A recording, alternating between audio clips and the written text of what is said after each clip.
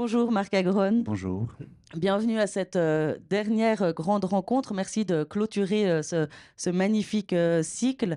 Je suis très très heureuse de vous accueillir ce matin pour parler de votre roman qui est juste ici, La vie des choses, qui est paru donc en janvier dernier aux éditions La Veilleuse et qui est donc le cinquième de ces livres en lice pour le prix du livre de la ville de Lausanne.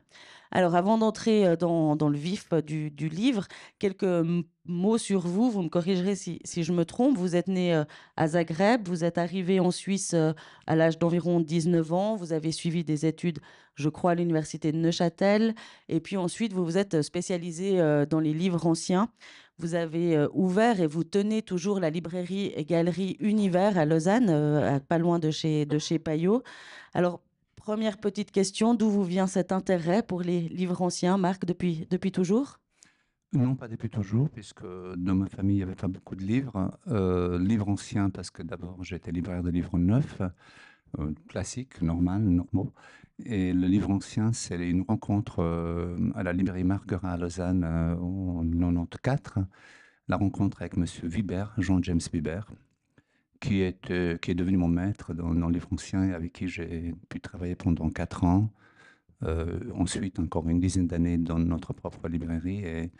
J'ai bifurqué, en fait. Je me suis intéressé davantage aux livres anciens, aux cartes anciennes ou à des théâtres classiques qu'à la nouveauté, en fait. Voilà. Aujourd'hui, c'est un paradoxe, mais enfin, je m'étais davantage intéressé aux livres anciens qu'à Ah, la... un peu plus bas le micro, Plus bas. Marc. Alors, voilà, Comme ça, je ici. crois. Voilà, parfait.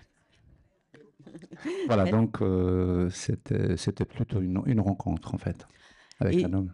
et du coup, en 2017, je crois, vous publiez votre premier roman, Mémoire de cellules, aux éditions de l'Âge d'Homme. Vous avez également publié Carousel du vent et Rêver d'Alma.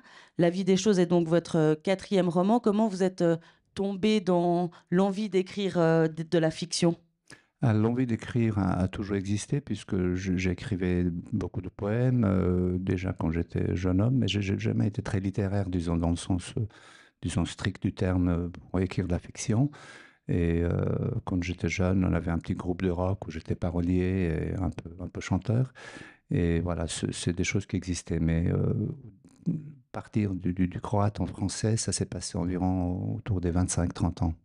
Oui, parce que vous écrivez, on est d'accord, en français directement. Oui, oui, aujourd'hui, oui. Alors, on va entrer un petit peu dans ce livre, La vie des choses.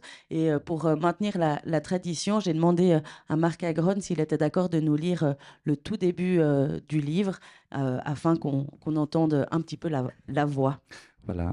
L'ouvrage intrigué par sa couverture illustrée, la légèreté de son papier Bible, le portrait de l'écrivain au revers, la photo datée d'il y a 12 ans, et son prix bas. En dépit d'une énergique campagne de promotion, le roman était un échec. Nous pouvons l'écouler aussi facilement que prévu. L'éditeur l'avait d'abord soldé. Dans la boutique d'une hall de gare, il avait même été déposé à côté du rayon alimentation et bricolage et offert à l'achat d'un traité de cuisine moléculaire écrit par un chef étoilé, lui aussi en mal de lecteur.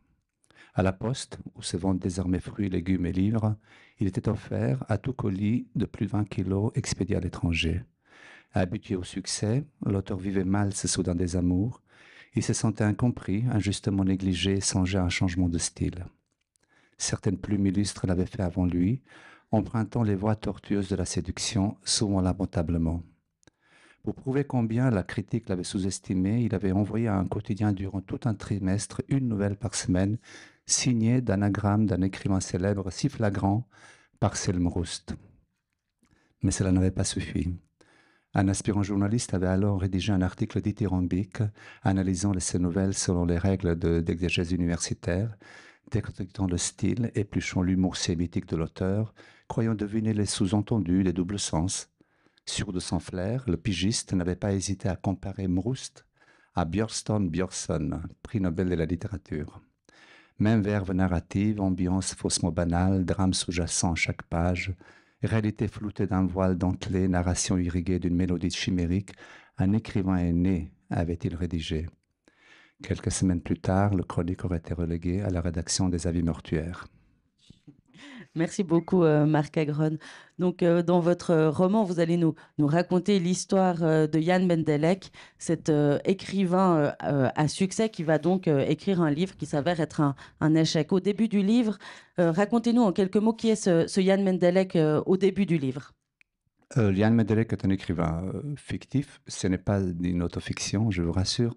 Ça aurait pu être un sportif, un footballeur, un homme politique, un chef étoilé. Aujourd'hui, voilà, ce sont des stars. C'est un homme qui ne connaît pas d'échecs, qui a l'habitude des plateaux télévisés, de voyages, ne sait pas vivre une vie normale, si vous voulez. Et c'est pour la première fois dans sa carrière, c'est environ son 14e livre, où son livre ne fonctionne pas du tout et il ne peut pas accepter ça. Quelle va être un peu comment va-t-il vivre cet échec? Quelles vont être les conséquences pour lui dans sa vie même privée? Étant donné sa personnalité, il prend mal cet échec puisqu'il devient paranoïaque, il est déjà très orgueilleux, il est prétentieux puisque il ne sait plus. C'est un personnage qui ne sait même pas distinguer le nom de ses deux jumeaux. Il ne sait pas lequel porte le nom de Yann ou Ivan. Il passe son temps dans les voyages, dans les conférences. Donc, il a honte, en fait. C'est le sentiment de honte. Alors, il préfère se renfermer, entrer dans sa chambre et ne plus sortir pendant 3 ans.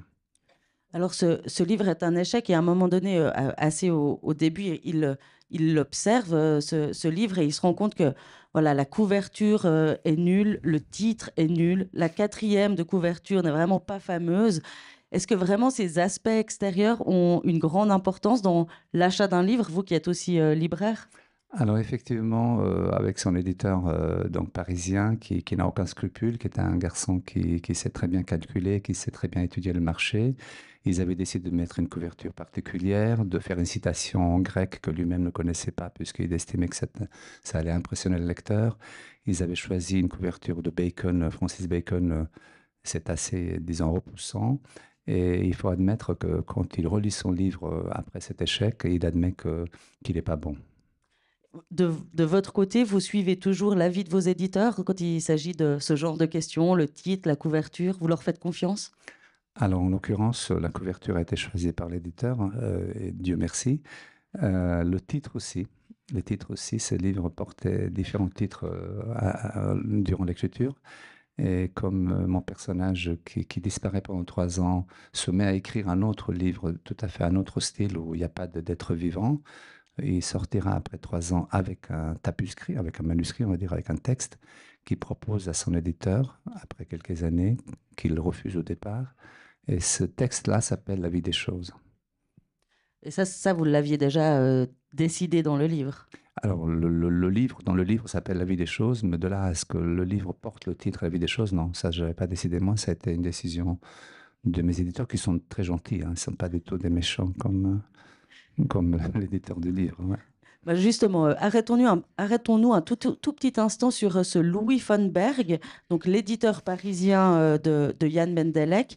C'est une sorte de stéréotype de la figure de l'éditeur tout-puissant. C'était une volonté de votre part aussi de, justement, de mettre un peu en exergue les coulisses de ce monde de l'édition.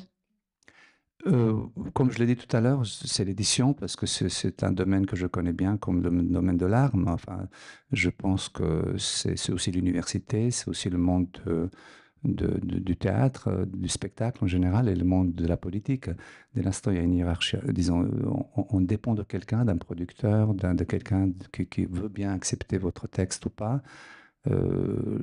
Ça se passe dans ce milieu-là parce que c'est lui que je connais le mieux. Mais mon livre aurait pu se passer très bien dans un très grand hôtel où il y a un chef étoilé. Ben, prenez l'exemple d'une chef qui est à Lausanne et qui voyage comme ça dans une dizaine de pays et qui n'est jamais au fourneau, mais qui, en fait, quand même, elle est très connue et ça développe quand même un certain ego. Et dans le milieu de l'édition, malheureusement, ben, vous savez bien que Proust a été refusé, Julien Gracq a été refusé, Bouvier a été refusé. Donc, à un moment donné, on regarde le profil des gens, quel est leur âge, aujourd'hui encore davantage, ou même leur genre. Et on dépend beaucoup non pas de bon vouloir, mais d'une certain calcul de qu'est-ce que ça pourrait donner comme succès commercial. Alors qu'à la base, ils sont amis, en fait. Louis Van Berg et Jan Mendelek, ils décident de devenir éditeurs pour publier Jan Mendelek. Est-ce que c'est le genre de relation amicale qui peuvent justement s'arrêter du jour au lendemain à cause d'un échec commercial? Alors j'ai voulu, c'est de la fiction évidemment, mais enfin j'ai voulu montrer à quel point cet homme aussi se transforme, parce que dans mon roman, chaque personnage possède un autre, son double, son contraire, il y a quelque chose d'antinomique en fait. Non pas le bien et le mal, le blanc et le noir, mais enfin, il s'agit de montrer un homme qui était professeur au gymnase et qui, grâce à ce texte que son ami lui présente, décide de devenir éditeur, de les défendre. Mais c'est une histoire qui existe avec beaucoup d'éditeurs sont devenus éditeurs parce que quelqu'un écrivait. Le plus grand, ça reste Julien Gracq et José Corti. C'est-à-dire que quand José Corti est refusé, quand Gracq est refusé partout, y compris chez Gallimard, surtout chez Gallimard, eh bien, le libraire José Corti devient éditeur. Sauf que José Corti reste jusqu'à la fin de sa vie un éditeur euh, courtois et loyal et formidable, tandis que mon personnage, il a fallu qu'il devienne ce qu'il est devenu dans le roman, mais il a aussi son collègue aux États-Unis qui est l'antithèse de celui-ci. Oui, on en parlera dans un petit instant. Avec l'échec de ce dernier livre, vous l'avez dit avant, il va donc se renfermer sur lui-même enfin, et s'enfermer même physiquement chez lui. J'aimerais que vous nous lisiez un second passage, si vous êtes d'accord, aux pages 45-46. Ça commence, ouais, Voilà, donc ça c'est la merci. page 15. Les premières nuits avaient Non, non, commencé. 45, alors Ah, plus excuse-moi, ce tard, sera le pardonnez-moi. troisième. Hop, où sommes-nous? Durant les 3 dernières années. Exactement. Voilà. Durant les 3 dernières années, cloîtré chez lui, il avait pris du poids. On lui avait bien suggéré de s'inscrire au fitness, mais il détestait ce genre d'établissement. Il ne comprenait pas qu'on puisse s'engloutiner dans une salle de sport et courir sur des tapis roulants ou encore soulever du poids inutilement, infligeant au corps une torture qui plus tard provoquerait de l'arthrose.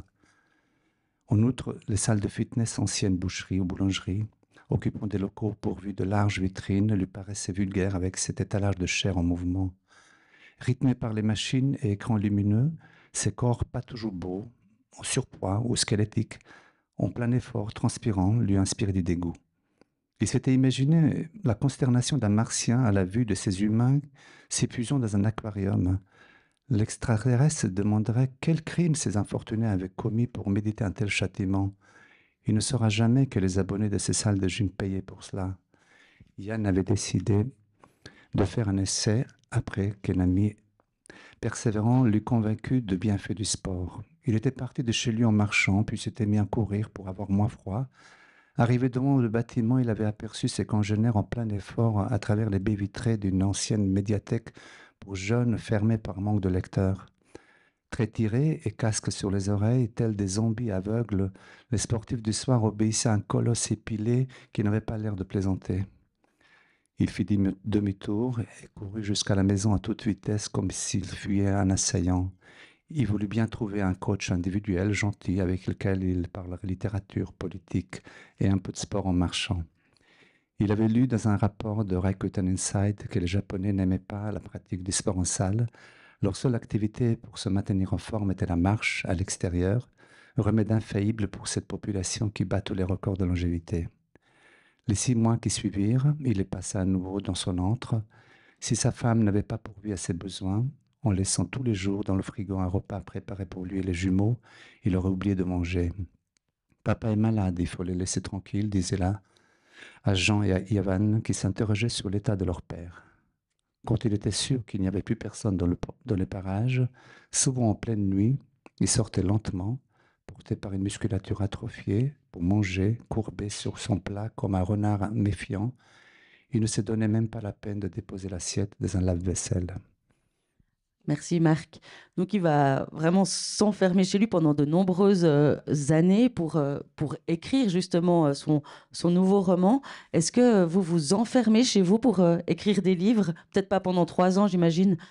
Disons, l'écriture des livres a pris 3 ans quand même, parce que je suis un lent, mais enfermé, non, mais c'est quand même un geste assez égocentrique, c'est écrire, se consacrer à la littérature comme je le fais depuis une dizaine d'années. il faut quand même avoir là en face ou dans la maison quelqu'un de très bienveillant qui accepte ça. Parce que il y a des gens qui sont très doués, qui écrivent dans les bistrots, je sais pas, oui, j'écris essentiellement le soir, à partir de 9 heures jusqu'à minuit, 1 heure, et puis et des laps de temps comme ça pendant un mois dans l'année où je pars, mais je m'enferme pas, je vis pas comme un sauvage, non. Du coup, il est aussi un petit peu acteur de son propre oubli. Enfin, c'est-à-dire que le monde extérieur oublie Yann Mendelek, mais son enfermement fait aussi qu'il est en fait partie prenante de cet oubli et de cette mise au banc un petit peu. Oui, parce qu'en fait, il préfère ne pas exister qu'exister et ne pas être connu. C'est un homme, comme je l'ai dit au départ, ne peut exister que s'il est très connu. L'exemple je sais pas, d'un footballeur aujourd'hui qui gagne je ne sais pas combien par mois, ce sont des gens qui se coupent entièrement. Enfin, il y a 60 000 personnes qui applaudissent, je sais pas, 22 millionnaires qui courent après un ballon. Ce sont des gens qui, comme ça, sont des stars, mais s'ils devaient toucher, en fait, parler avec ces gens, et s'ils étaient blessés ou n'étaient plus des grandes stars, c'est une dépression, en fait. Il fait une dépression. Ouais. On s'éloigne un petit peu de la réalité quand on est aussi connu et reconnu. Oui, là, c'est un écrivain. Aujourd'hui, c'est pas vraiment le cas, mais rappelez-vous, par exemple, Stefan Zweig était une telle star de son vivant quand il arrivait au Brésil, ou en tout cas dans les pays où il voyageait. Il y avait des milliers de gens à l'aéroport qui l'attendaient, qui l'applaudissaient. C'est le cas d'aujourd'hui des chanteurs de rock ou des stars comme ça, mais aucun écrivain aujourd'hui n'est célèbre. Enfin, il y a des gens célèbres, mais enfin, de là à les attendre à l'aéroport et les applaudir, ça n'existe pas, je crois. Non, je crois qu'on a assez peu, en tout cas, ils se compteraient sur le doigt d'une main, je pense, dans le monde littéraire. Donc effectivement, Yann Mendelek a aussi donc, sa femme, Rosemary, personnage important dans l'histoire selon vous, pour vous. Pour moi, c'est le personnage central, c'est le livre d'une sainte. Le livre, avant de s'appeler La vie des choses, s'appelait Rosemary. Il y avait toujours Rosemary dans le livre, puisque dans l'intrigue, il y a ces 9 lettres de la lettre Rosemary, ces 9 chapitres de livre, et d'où cette femme qui est centrale, parce qu'elle aime cet homme, mais elle sent chez lui ce malheur qui lui arrive. Donc, je dis c'est une sainte parce que j'aime cette image de sainte, comme souvent sont saintes des femmes qui supportent les hommes insupportables. Alors là, de nouveau, j'espère que c'est pas de l'autofiction, mais ça reste quand même, voilà, c'est une activité très égocentrique et même peut-être, elle était sa première lectrice. Alors il y a un peu d'autofiction, je veux bien, parce que Ouais. tous les livres qu'on l'écrit, on essaie de le faire lire d'abord à celle qui est la plus proche. Vous avez une première lectrice? Oui, Toujours? toujours. Super. Vous lui laissez aussi des messages cachés? Pardon? Vous lui laissez des messages cachés dans vos livres? On ne le saura pas. Vous avez raison de ne pas répondre à cette question. Ils ont le droit à un bonus par samedi. Ce sera celui-là. Quel type de mari, du coup, est-il, ce Yann Mendelek? Et J'ai eu comment peur. fait-elle pour le supporter, finalement? Alors justement, dans les dialogues, il y a cette femme fume, donc est malade. On apprendra qu'elle est malade, mais il ne le voit même pas qu'elle est malade. Donc à un moment donné, elle lui dit qu'elle commence une chimio et qu'il va falloir apprendre à cuisiner quelques plats. Et là, il réalise effectivement qu'il n'avait pas remarqué, en fait, qu'il ne s'était pas demandé. Il s'occupe beaucoup plus de lui que d'elle. Et elle fait à un moment donné une page assez touchante, je crois, où ça pourrait être encore une fois n'importe quel couple, hein, en lui disant qu'il est vraiment absent et qu'il est un père, mais il n'est pas papa. Et il y a comme ça une tirade où elle donne des mots qui ont toujours père, papa, bienveillant, être là, etc. Donc, si vous voulez, oui, c'est un père absent, effectivement, oui. Comment réagissent les enfants, finalement, à cette absence? Ils n'ont pas l'air de s'en offusquer beaucoup plus que ça. Ils s'habituent, finalement. Ah, les 2 garçons sont habitués à voir leur père essentiellement dans les journaux, à la télévision et absent. Et il se trouve qu'il est là depuis 3 ans et c'est la première fois qu'il voit cet homme à la maison. Et pour une fois qu'il est à la maison, en fait, il n'est pas à la maison puisqu'il est dans sa chambre. Donc il ne sort pas. Et c'est là qu'ils savent qu'il mange, qu'il rend son assiette la nuit. Et en fait, il est là, mais il n'est pas là. La seule différence, c'est que les 2 garçons ont des rédactions à produire, à donner au lycée. Et ils se disent, ben, puisque papa ne travaille pas, ben, on pourrait éventuellement lui demander de faire ses rédactions pour nous. Et ils vont jusqu'à lui dire, l'insulter en lui disant, maintenant que tu n'es plus écrivain, tu pourrais peut-être nous aider à faire des dissertations. Et pour lui, c'est encore une fois, au lieu de dire oui, d'accord, ben, on lui rappelle qu'il n'est plus écrivain. Est-ce que vous êtes d'accord de nous relire un petit passage, cette fois aux pages 14-15? euh, on est au tout début du roman. Bon, lisez, puis on en parle après.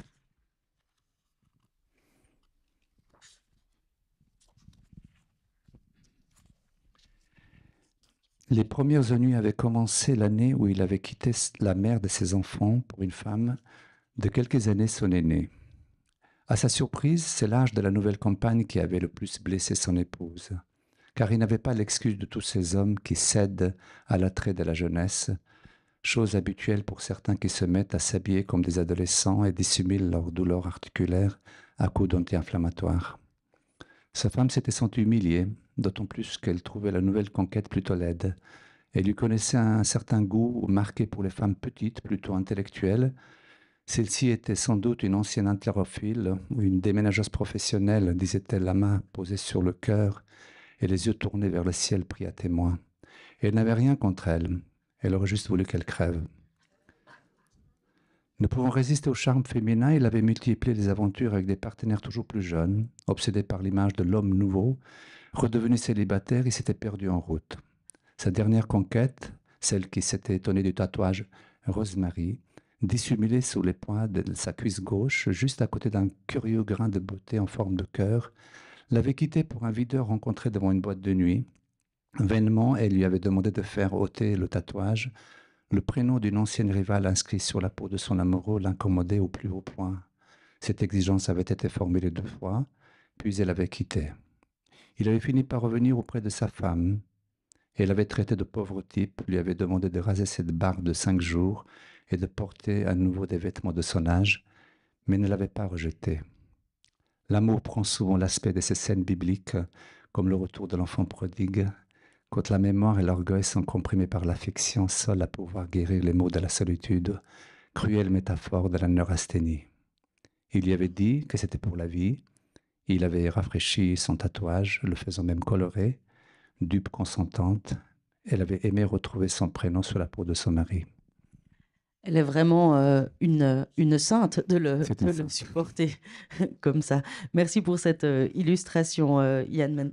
Pardon, Marc. Merci. Là, vous avez dit la vérité. Là, c'était... Désolé. Il va écrire donc ce nouveau livre. Il va aller le présenter après 3 ans à son éditeur. Il retourne chez lui dans cette maison d'édition pour la première fois. Réalise qu'il ne fait plus partie de l'écurie de la maison d'édition. La jalousie, plein d'émotions le traversent. C'est un sentiment assez banal, la jalousie, parmi les écrivains. Il y a beaucoup de compétition dans ce milieu.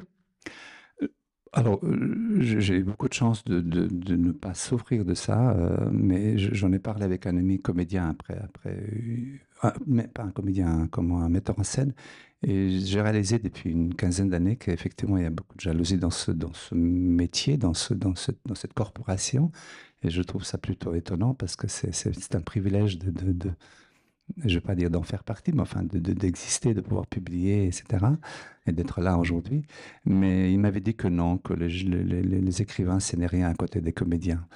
Et lorsque j'en ai parlé avec un ami qui est professeur à l'université, il me disait, oh là là, si tu connaissais le milieu universitaire, c'est un panier de crabes et ce sont des scorpions. Alors je ne sais pas, j'imagine que le monde artistique en général est un monde où on a la peine à se réjouir du succès de son prochain. Et effectivement, mon bonhomme, quand il rentre chez son éditeur pour présenter un nouveau livre, il voit qu'en 3 ans, il n'y a plus de photos de lui, alors que ça a été vraiment l'écrivain qui faisait vivre toute la maison. Et il fait le reproche d'ailleurs à son éditeur en disant, bah, vous aurez quand même pu garder une photo de moi. Et que lui répond son éditeur? Son éditeur lui dit qu'il s'est ruiné avec lui, que son dernier livre a été un insuccès, mais malheureusement, Yann Medelec avait commis une erreur énorme. C'est quand son livre ne fonctionnait pas, il avait dit aux critiques littéraires qui ne savaient pas lire, que en fait, c'était la faute à tout le monde sauf à lui. C'est ça. C'est aussi important de faire une sorte d'autocritique dans ce genre de cas. Il ne pouvait pas. Il ne pouvait pas. L'importance des médias, justement, à la sortie, à la publication d'un livre, vous-même, vous lisez les critiques de vos livres ou bien vous essayez de ne pas trop lire la presse et ce qui se dit autour de vos romans? Alors là, encore une fois, il y a beaucoup j'ai lu souvent des critiques des écrivains ou artistes en général qui disent ça m'est bien égal, j'écris pour moi, je chante pour moi, je joue pour moi. Et je pense que c'est un grand mensonge. Évidemment, quand un livre sort et que pendant 2 semaines, il n'y a aucun article dans le journal ou qu'on n'est pas invité à la radio, etc., je lui ai dit, on souffre, mais enfin, c'est une activité quand même assez narcissique et je disais égocentrique avant, mais forcément qu'on aimerait être lu et on aimerait être aimé. Et je pense que c'est pas parce que je souffre d'un manque d'amour, mais dès l'instant où on accepte de mettre son nom sur une couverture, on voudrait aussi séduire, non pas son prochain, mais enfin son lecteur et puis partager avec lui. Enfin, avoir un retour, en tout cas, oui, même négatif. Et donc, le pouvoir des médias reste aussi très, très important, même encore aujourd'hui, s'ils sont même un peu en perte de vitesse. Alors, dans le livre, c'est vrai que les médias auraient pu m'en vouloir, mais ils sont quand même bienveillants, puisque le livre a eu beaucoup, beaucoup de critiques. Mais je me suis amusé à, justement, puisqu'il sort un livre sous un autre nom et son style est très différent, ben, en fait, j'avais envie de montrer comment les médias peuvent construire à partir de rien quelque chose ou démolir quelque chose qui est bon parce que le nom sur la couverture n'est pas bon. Donc, toutes les critiques que Jan Mendelek lit alors qu'il a publié un livre sous un autre nom, sont des critiques hallucinantes et se trompent après tous. On dit que c'est une femme qui a écrit ce livre, on dit que c'est un japonais qui est traduit, etc. Et lui, il lit ses critiques jusqu'au moment où il n'en peut plus. Et c'est là qu'il décide de partir. Alors, effectivement, ce livre qu'il va publier sous pseudonyme, on en a plein des exemples hein, dans la littérature de ces auteurs et autrices qui ont publié sous pseudonyme. Vous-même, vous n'avez jamais publié sous pseudonyme? C'est-à-dire, on s'est amusé à écrire de quelque chose avec un ami qui n'est pas écrivain. Et voilà, le projet d'écrire un livre à 4 mains, c'est un fantasme intéressant. Et même juste l'idée d'avoir un nom, je me rappelle la première fois chez l'Âge d'Homme, il y a des années maintenant, il s'agissait de trouver un nom d'écrivain, puisque j'étais un peu un personnage public à Lausanne, comme galeriste, libraire, etc. Et il y avait un fantasme de s'appeler, je sais pas, James Brown ou quelque chose comme ça. Et puis mon éditrice m'a dit, mais c'est un peu ridicule parce que vous allez dédicacer votre livre chez Payot ou quelque part, et puis vous n'êtes pas James Brown, quoi. Donc il y a peut-être une idée de désir d'écrire des livres sous un autre nom, mais il faut aller jusqu'au bout des raisonnements à ce moment-là. Oui, parce que justement, ce n'est pas seulement mettre un pseudonyme sur une couverture, c'est qu'il doit vraiment ne jamais reconnaître la paternité de ce livre. Il ne pourra jamais dire à personne que c'est lui qui a écrit ce livre. Et finalement, ni Jan Mendelek arrête d'exister à ce moment-là, et Norga Abraham, le nom qu'il prend sous pseudonyme, n'existera finalement jamais. Il est un peu dans une Alors situation justement, inextricable. voilà, s'il s'agissait d'un homme qui est rationnel, il aurait pu dire très bien, mon livre marche très bien parce que voilà, on ne dévoile pas trop si on dit que le livre qui sortira sera un immense succès. Il se trouve qu'il est plus malheureux qu'avant. Il est malheureux parce qu'il est jaloux de son propre personnage. En fait, il n'aime pas ces bonhommes. Il n'aime pas Norga Abraham, mais comme il a signé un contrat devant un notaire et plusieurs avocats, parce que son éditeur est un gros malin, il ne peut pas dire qu'il est auteur de ce livre, y compris à sa propre famille. Ce qui fait que quand tu vois l'image de Norga Abraham planète sous la ville et que le monde entier se demande qui est cet auteur, il ne peut pas dire que c'est lui. Et en fait, il est jaloux de son propre personnage. Et c'est là qu'on parle de neurasthénie, il est vraiment fou. Oui, effectivement, il commence à être fou et du coup, il va, entre guillemets, fuir. Il va partir à New York et là rencontrer son éditeur américain. Vous parliez avant des doubles dans votre livre. Alors, Esteban Levis est vraiment le pendant sympathique, si on peut dire, de l'éditeur parisien Louis Vanberg. Voilà, c'est l'antithèse de Van Berg, qui a toujours édité ses livres en anglais et qui est le seul au courant qui est le seul au courant de qui il est, enfin, de qui il est, parce que les gens, sa femme, Rosemary, pense qu'elle est veuve. Il a disparu. C'était assez logique qu'il se donne la mort éventuellement. Et comme il a disparu, il vit aux États-Unis, il se balade, et c'est là qu'il passera plusieurs années en compagnie de cet éditeur et en allant dans les librairies. Oui, et d'ailleurs, il y a une scène, il y a plusieurs scènes assez sympathiques quand il est dans cette librairie où le jour où la première fois il découvre que ce libraire a un livre de Jan Mendelek en français et que ce libraire est en fait fan de Jan Mendelek, il connaît plus de choses sur Jan Mendelek que Jan Mendelek lui-même. Racontez-nous un peu en quelques mots qui est ce libraire. Est-ce qu'il y a une inspiration particulière? Alors, encore une fois, c'est pas de l'autofiction, mais je pensais que c'était intéressant de faire le portrait d'un libraire mythomane. Pourquoi? Parce que les libraires de livres anciens, essentiellement, on a toujours l'air de savoir un peu plus qu'on le sait en réalité. Et les gens avec qui on parle, on échange autour des livres anciens, nous prennent souvent pour des savants que nous ne sommes pas, en tout cas pas moi. La scène comique, parce que mon roman est mon roman peut-être, disons, satirique, en tout cas, il n'est pas comique, parce que j'estime que à travers la satire, comme c'est Bourgeois gentilhomme ou d'autres, on peut dire des choses beaucoup plus graves. Et c'est peut-être à ce niveau-là que le roman est un peu philosophique.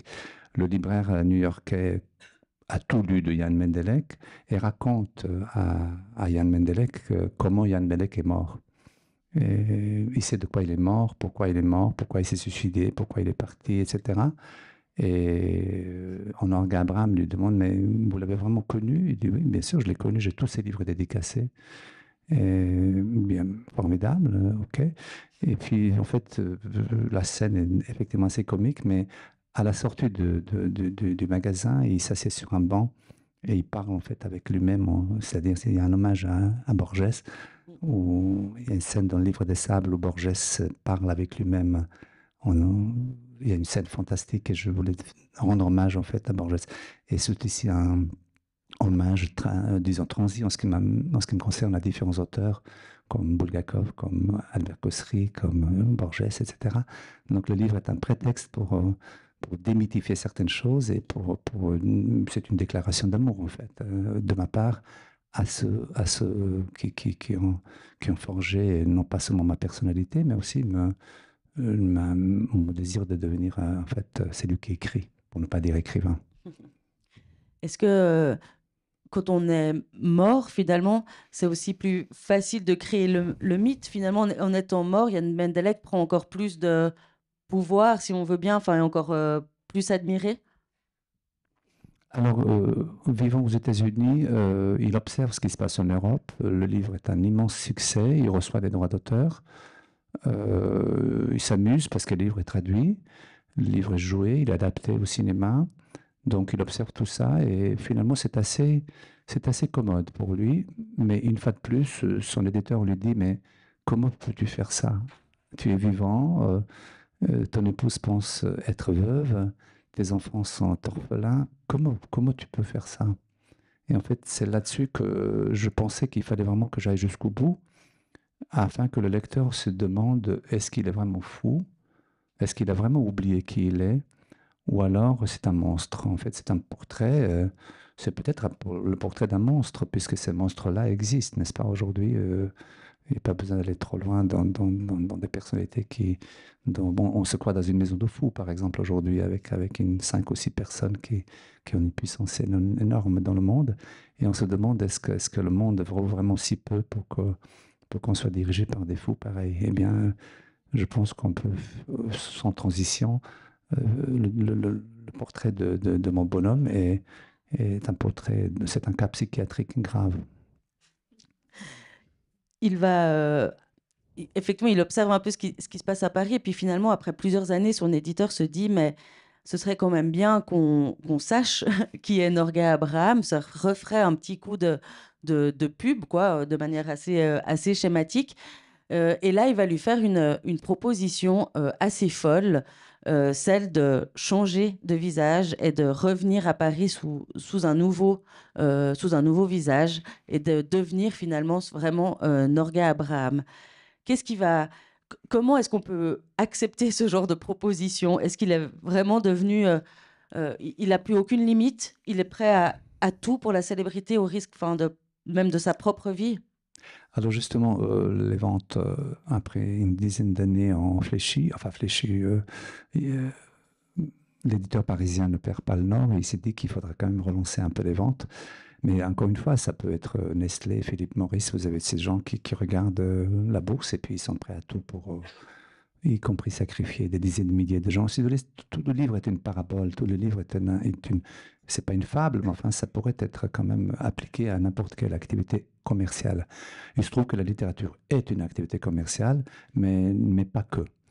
Et mon personnage entend la proposition de son éditeur de changer de visage, de revenir et de relancer la machine. Et, et effectivement, il est prêt à tout, finalement, pour revivre de nouveau ces plateaux télévisés, la séduction et la vie qui était la sienne avant. Et est-ce qu'il va accepter? Je ne sais pas. Il faut le dire, non? Non, on va pas trop en dire ce matin. Est-ce qu'il va être finalement un peu un heureux, notre héros? On va plus l'appeler, on va plus lui donner de prénom. Est-ce qu'il va être heureux de revenir L'idée de revenir et de briller? comporte quelques risques parce qu'il retrouve Paris, il retrouve probablement sa famille, il retrouve des gens qu'il connaît, mais sous une autre identité. C'est là que son éditeur bienveillant new-yorkais lui dit, mais puisque le visage change, donc il lui demande de faire vraiment la totale, c'est-à-dire y compris la voix, et aujourd'hui c'est possible. L'idée de l'éditeur américain était d'envoyer quelqu'un d'autre à sa place. C'est-à-dire que d'envoyer un comédien qui apprendra sa vie par cœur, ses livres par cœur, son dernier livre par cœur, y compris à fabriquer un manuscrit, raturé, tout ce que vous voulez pour dire, voilà, je suis Anne Mendelek, je suis Norga Abraham. Et c'est en fait, le roman, sans que je le veuille, est devenu un thriller, puisque le lecteur est perdu à partir du milieu du livre, ne sait plus à qui il a affaire, puisqu'il y a ce projet de savoir que quelqu'un d'autre pourrait rentrer à sa place, ou alors il rentre à sa place. En tout cas, deux personnes portent le même prénom et même nom. Et c'est là qu'on va pas pouvoir en dire beaucoup plus Non. ce matin. On vous encourage à lire le livre jusqu'au bout pour voilà, avoir le fin mot de l'histoire. J'aimerais qu'on s'arrête encore sur une sorte de petite, pas vraiment anecdote, mais un petit à côté. C'est la bibliothèque de Rosemary. Donc, la femme de Jan Mendelek possède une magnifique bibliothèque de près de 4000 volumes. Dans votre livre, il y a aussi beaucoup de références. Vous les avez citées avant, mais notamment Albert Cossery. C'était aussi important pour vous voilà, de rendre hommage aux livres, aux auteurs qui vous ont inspiré? Ah, absolument. D'ailleurs, dans tous les autres livres, je m'amuse parce que j'aime beaucoup ça. C'est un de mes auteurs, c'est Albert Cohen, où les valeureux reviennent, les manches-clous, tous ces personnages qui reviennent de livre en livre, Solal, etc. Et sans le vouloir, j'ai réalisé que je pourrais, en fait, Maximilien, qui est dans mon premier livre, dans le second livre, dans le troisième, il est historien de l'art. Et puis, puisque j'aime bien aller dans les expositions, dans mes romans, et les expositions, en général, tournent au désastre. En fait, on est dans l'art contemporain, ou plutôt l'art contemporain. Et, et je trouve que la fiction a cette puissance que l'essai n'a pas, puisqu'un essayiste, c'est thèse, antithèse, synthèse, voilà, on pourrait éventuellement me le contredire. Moi, lorsqu'on me dit tu n'aimes pas l'art contemporain, je trouve ça plutôt drôle parce que j'aime l'art contemporain. Enfin, mon personnage ne comprend pas l'art contemporain parce qu'il a le droit de dire qu'une banane scotchée au mur, c'est pas de l'art contemporain. Et puis finalement, l'exemple peut-être, la digression est peut-être un peu longue, mais l'histoire me donne raison. Dans mon livre, il y a Maurizio Cattelan, vous savez, le fameux génie qui a collé la banane au mur, qui a vendu 140 000 dollars, qui vient d'être vendu 6 millions chez Sotheby.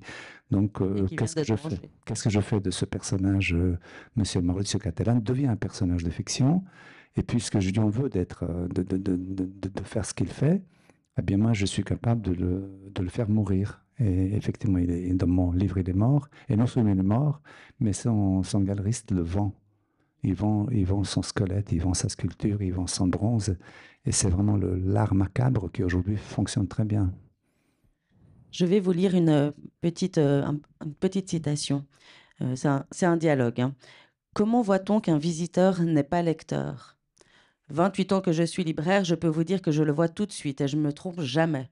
Mais comment? par la manière dont la personne se déplace dans une librairie, la façon maladroite de saisir un livre, la manière de le feuilleter, de parcourir les pages. Tout peut s'observer chez un lecteur. Et encore, je ne vous parle pas des bibliophiles. C'est une race à part. Il y a les bibliophiles, les bibliomanes et les bibliodépendants. C'est quoi la différence, Marc Agrone? Alors moi, je suis dans la catégorie de, disons encore une quatrième catégorie probablement, mais disons que bibliophile, bibliomane, bibliodépendant, oui, bibliodépendance, le mot est suffisamment clair, c'est-à-dire que vous ne pouvez pas vivre, vous pouvez vous ruiner pour obtenir quelque chose. Dans mon cas, je ne le suis pas, sauf pour un titre, puisque très jeune, j'avais commencé à collectionner Candide de Voltaire. Et je me suis mis en tête d'avoir toutes les éditions qui existent. Et j'en ai 108 actuellement. Et lorsque les gens arrivent chez moi, ou parfois certains qui viennent dans mon bureau, enfin dans cet espace qu'on peut appeler bureau, mais où il y a beaucoup de livres, et ils me disent, mais c'est pas possible, tu as 108 fois le même livre. En fait, c'est chaque fois une autre édition, c'est illustré par quelqu'un d'autre, dans une autre langue. Et puis ça s'appelle, non pas la bibliodépendance, parce que je ne vais pas ruiner ma famille avec ça. Mais enfin, quand même, quand j'ai pu avoir l'édition de 1500, non, 1759, donc l'édition originale, eh bien, je l'ai acquise, évidemment, à un certain prix. Mais finalement, c'était une contrefaçon. Ce n'était pas la bonne édition originale, parce qu'il y a 6 éditions qu'on appelle originales. Mais quand même, c'est une de ces éditions. La contrefaçon est considérée comme édition originale. Donc voilà, on pourrait parler d'une dépendance.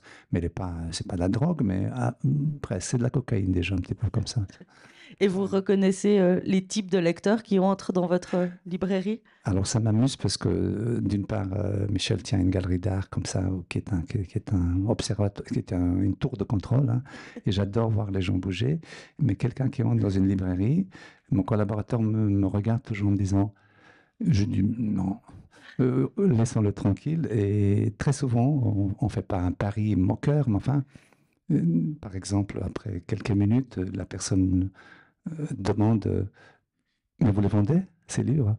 Et puis on s'est dit, ben voilà, c'était pas un bibliophile, c'est quelqu'un qui s'est perdu, comme ça.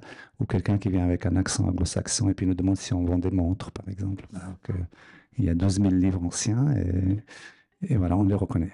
Ou alors, à l'inverse, justement, la façon d'obtenir un livre, de le feuilleter, de toucher la gravure, de toucher la couverture, vous voyez très bien que c'est quelqu'un qui a l'habitude de toucher un livre régulièrement, qui ne l'ouvre pas comme ça. Il m'est arrivé des fois de sauter sur quelqu'un qui prend un livre du XVIe siècle, et qui l'aplatit, et puis qui prend son téléphone et commence à le filmer. Et là, on lui dit, mais il ne faut pas faire ça. Donc voilà, mais ce n'est pas du tout mon cœur, c'est juste pour faire des scènes, disons, comiques, qui sont des scènes du quotidien. Une dernière question avant de laisser la parole, bien sûr, au public.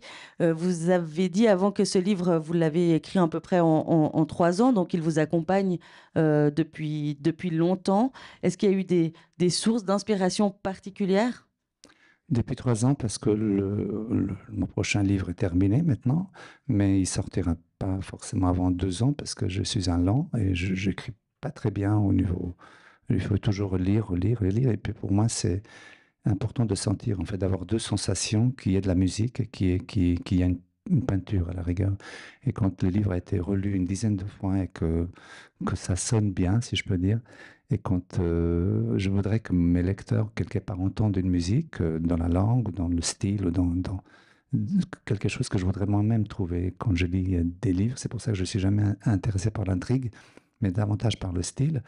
Et deuxième critère absolu, c'est la peinture. Parce que j'estime que dans un livre, il y a la musique et il y a l'image. Et comme dans Quatuor d'Alexandrie, par exemple, qui est un de mes livres préférés, c'est un livre, mais qui a 4 volumes. Mais ce n'est pas une suite de 4 volumes, c'est un tableau qu'on remplit comme ça et qui finit par devenir une peinture.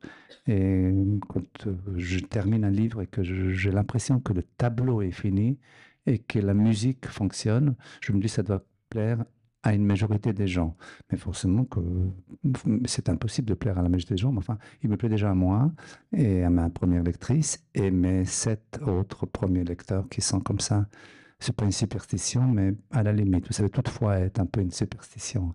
Donc, une fois que ces 7 personnes ont lu le livre, non pas fait un compliment, mais donné leur retour, je me dis que que ce plat, en fait, cette œuvre, Peut-être. en fait, ce texte est devenu un livre.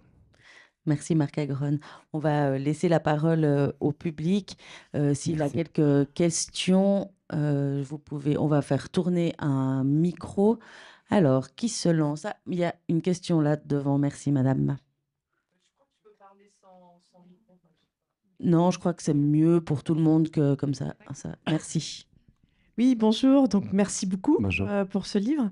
J'avais une petite question. Est-ce que Rosemary, je me suis beaucoup attachée à elle et j'aimerais bien qu'elle vive dans un autre livre. Et je voulais savoir si c'était dans vos projets ou pas du tout. Si un jour je vais trouver Rosemary épanouie dans un autre livre. Voilà. Alors, Rosemary s'appelle Rosemary parce que de même que Van Berg s'appelle Van Berg, parce qu'il y a un fameux patron d'une librairie qui s'appelait presque comme ça. Et en fait, tous les noms de personnages sont des gens que je connais et à qui je rends hommage d'une certaine façon.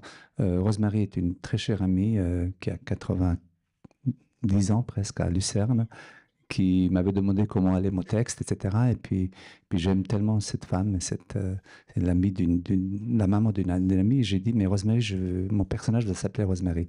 Et une fois que j'ai décidé que c'était Rosemary, en plus il y a Rose et Marie, puis j'aime beaucoup Marie.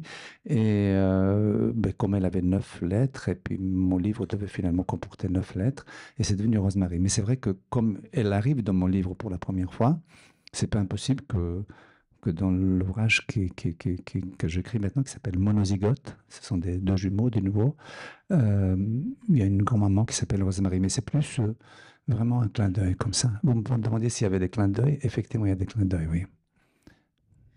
Merci. Est-ce qu'il y a une autre question? Qui se lance? Au fond de la salle, merci. Merci Marc. Je me rappelle, il y a quelques années, j'étais assis dans ta librairie, puis tu me parlais de ton livre qui allait devenir ce best-seller, La vie des choses. Et tu me parlais d'une scène, justement, et tu m'avais dit, ah, bah voilà, le protagoniste, probablement qui va changer de visage. Et j'aimerais peut-être faire une scène chirurgicale. Enfin, tu m'avais dit, je vais probablement me renseigner sur le vocabulaire, etc., etc. Et cette scène n'a, il me semble, jamais existé. Qu'est-elle devenue? Ça t'arrive souvent d'avoir des scènes, ces pauvres scènes en fait qui n'existent plus et que tu as décidé d'avorter ou d'abandonner. Qu'est-ce qu'elles deviennent? Alors, en effet, le livre a 200 pages, il avait 300, il avait 400 pages. On procède, quand on finit le livre, quand le texte devient livre, à ce qu'on appelle les gommes, en fait, hein, rebrier, c'est les gommes. Donc, le livre, en fait, maigrit, il ne grossit pas. Il y a des gens qui arrivent à faire des livres à 600 pages, je ne sais pas comment ils font, mais voilà, moi, je n'arrive pas. Et donc, il y a des scènes, j'avais demandé à vous, cher ami chirurgien, justement, je disais, puisque je vais faire vraiment je vais être dans une salle d'opération et je vais être crédible par rapport à mon lecteur, mais je ne sais pas comment ça fonctionne. Et je n'ai pas envie d'aller sur Wikipédia. Et j'ai parlé avec vous, jeune chirurgien, de dire comment ça se passe exactement, vraiment. Est-ce que vraiment il est possible de changer totalement le visage? Et oui, c'est possible, y compris les cordes vocales. Et cette scène était très, très, très longue. Finalement, j'ai décidé de faire une scène comique, puisque le chirurgien est un alcoolique qui boit beaucoup, beaucoup de whisky quand il opère. Et c'est lorsqu'il est vraiment beaucoup, beaucoup bu, là, il est vraiment le meilleur. Et pour moi, par rapport au lecteur, c'est un peu lâche, mais je préférais passer par l'humour que par une certaine science que je ne possède pas.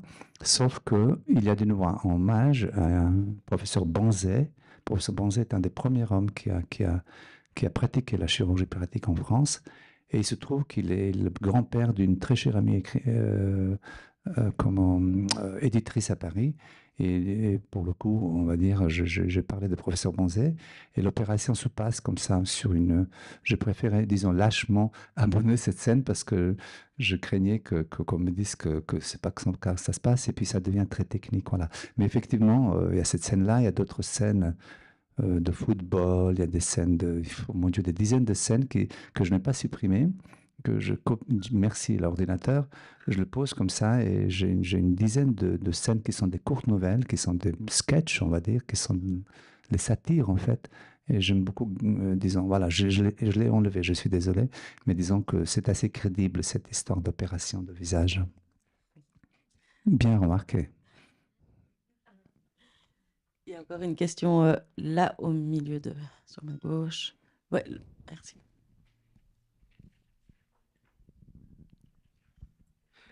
Oui, et c'est une question que je viens de me poser en écoutant et je me suis dit qu'effectivement, La vie des formes, La vie des choses est un roman où il y a beaucoup de scènes et on peut se demander pourquoi le choix du roman a toujours été une évidence pour toi, alors que justement, il y a une possibilité de faire des recueils de nouvelles assez facilement, en fait, avec cette manière d'écrire. Donc, je voulais savoir si c'était une forme à laquelle tu t'étais intéressé aussi. Paradoxalement, les gens pensent que la nouvelle est plus facile que le roman, parce que c'est plus court, parce que c'est plus facile. Et je pense que la nouvelle est plus difficile que le roman. Ceux qui écrivent des romans me diront le contraire, mais il y a des très grands novellistes, y compris justement Borges. Pour une nouvelle, il faut vraiment que tout se passe bien en 5 ou 6 ou 10 pages, qui est vraiment, effectivement, que ce soit le carrousel du vent, que ce soit des scènes. Moi, je mets des scènes ensemble et il faudrait que ça fonctionne. Et effectivement, c'est un compliment que j'ai reçu et aussi une critique, des fois même, euh, sur ce sujet, puisque ce sont des scènes qui se suivent. Mais en fait, notre vie à nous, est-ce que c'est pas finalement une suite de nouvelles? Puisque ce sont des saisons, ce sont des jours qui se suivent et qui se ressemblent ou pas, mais qui forment quand même un tout. Et je pense que mes romans, jusqu'à présent, c'est pratiquement toujours des romans de l'oubli, de la mémoire, ou la mémoire de l'oubli. Et en fait, ils ressemblent un peu au corps humain ou à une architecture d'une maison. Et en fait, on passe d'une pièce à l'autre, mais la difficulté d'un roman, c'est quand même que ça tienne la route sur plusieurs centaines de pages.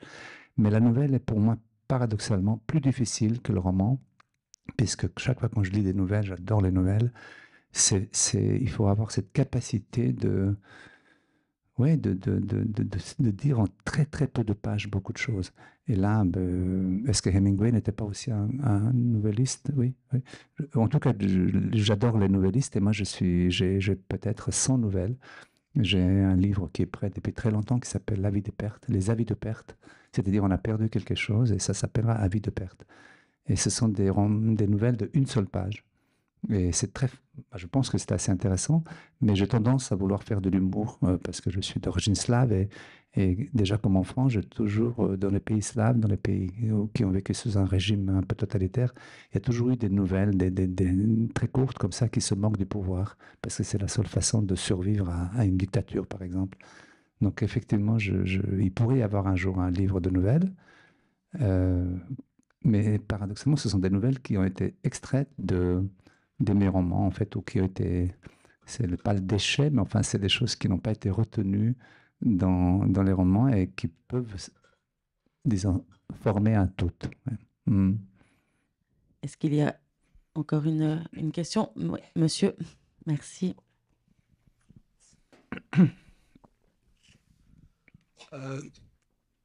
Au sujet du titre, est-ce que c'est une citation de concentration de 2 livres de Pérec?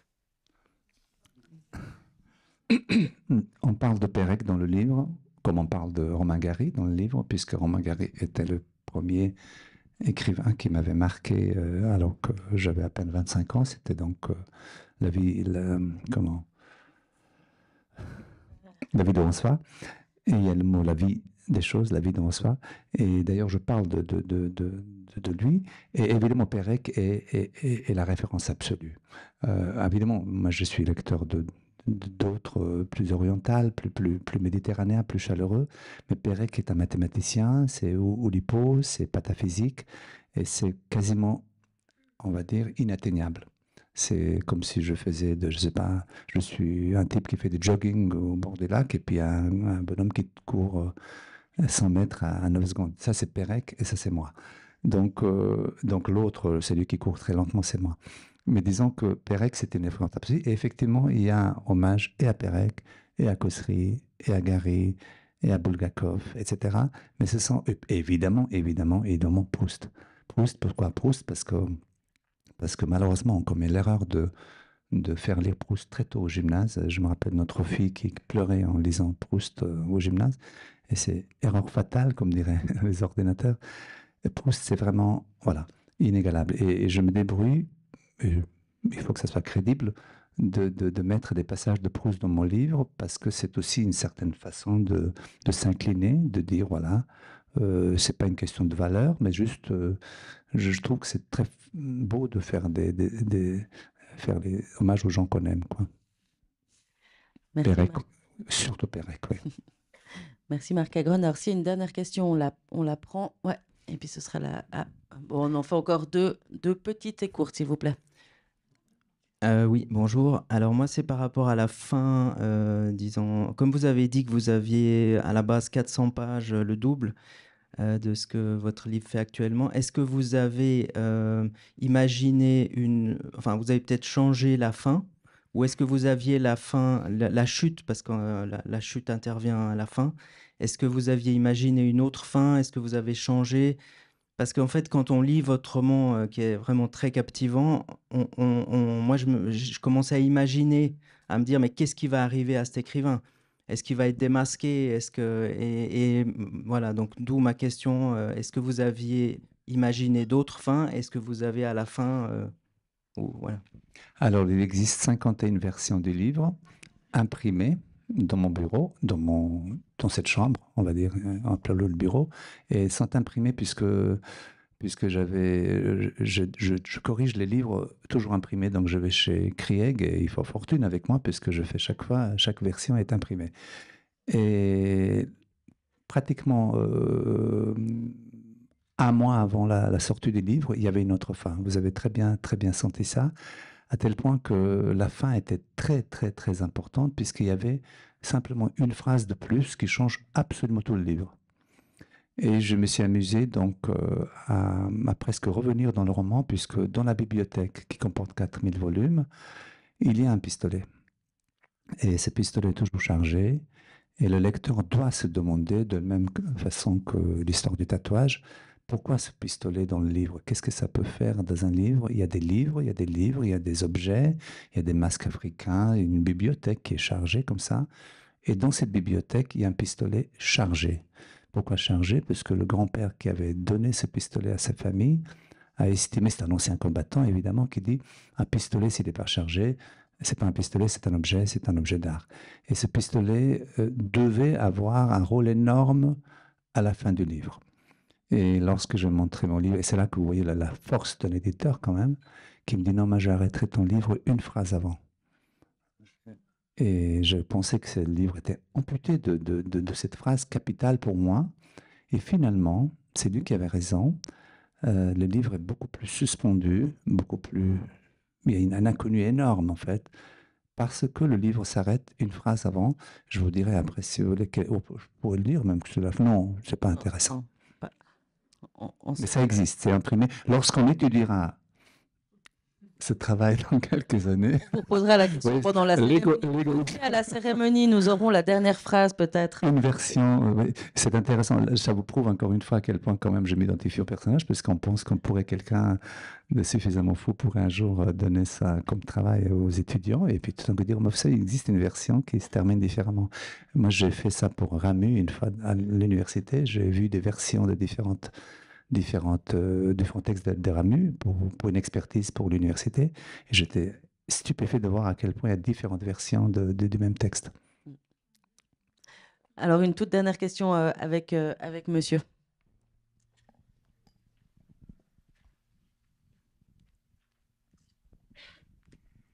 Bonjour Marc. Dans chacun de tes livres, dans les 4 romans, il y a des thèmes récurrents, quelques images récurrentes et des personnages récurrents, notamment un anthroposophe, notamment un amateur de trek qui s'entraîne pour partir dans l'Himalaya en s'enfermant dans le réfrigérateur de son copain boucher. Alors qu'il est végan. Voilà, alors qu'il est vegan, justement. Une grande souffrance, oui. Oui. Et alors, pourquoi ces clins d'œil d'un livre à l'autre qui se retrouvent comme ça? Et y en aura-t-il aussi dans ton prochain roman? C'est une déclaration d'amour, tout simplement. Moi, j'ai reçu un don, j'espère, de bienveillance, et alors que je suis bourré de défauts naturellement. Quand c'est des défauts, je me dis c'est mon ADN, c'est pas moi, c'est ma génétique. Et quand je suis bon, je me dis, mais c'est une grâce, voilà, comme ça. Alors, c'est un peu de mauvaise foi, mais c'est comme ça. Donc, anthroposophe, c'est mon ami Kurt qui est là. Médecin qui me soigne, il y a un monsieur qui est là, je dis c'est mon gynécologue parce qu'il se trouve qu'il est gynécologue, mais il aurait pu être dentiste, mais voilà. Lui m'avait dit une fois justement à propos, j'avais fait une recette avec un poulet, il m'a dit non, non, le poulet c'est pas la partie qui fonctionne, donc à partir de ce moment-là, je fais attention sur les détails.